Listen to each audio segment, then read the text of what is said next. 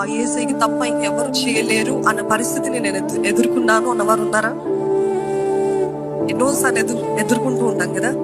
No amount of money, no amount of influence, no amount of recommendation, ఏది కూడా పనికిరాదు. యేసే తప్ప ఎవరు చేయలేరు.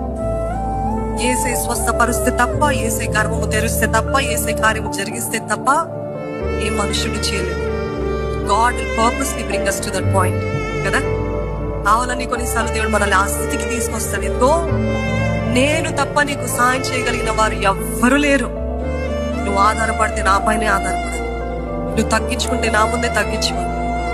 You have to humble your self and come to a point saying that నువ్వు తప్ప ఇంకెవరు చేయలేరు ప్రభా, నువ్వు ఒక్కడివే సమర్థుడు. హల్లెలూయా. మన జీవితంలో ఆయన ఒక్కడే సమర్థుడని. ఈ పోరాటము, ఈ బంధులు, ఇవన్నీ కూడా మనం జ్ఞాపకం చేసుకోవాల్సింది ఏంటంటే, ఇది నా యుద్ధము కాదు ప్రభా, ఇది నీ యుద్ధమే. ఆయనకు ఒక చక్కటి పేరుంది. ఆయన పేరు న్యాయాధిపతి. Is a just God, is a righteous judge. ఆయన న్యాయాధిపతి.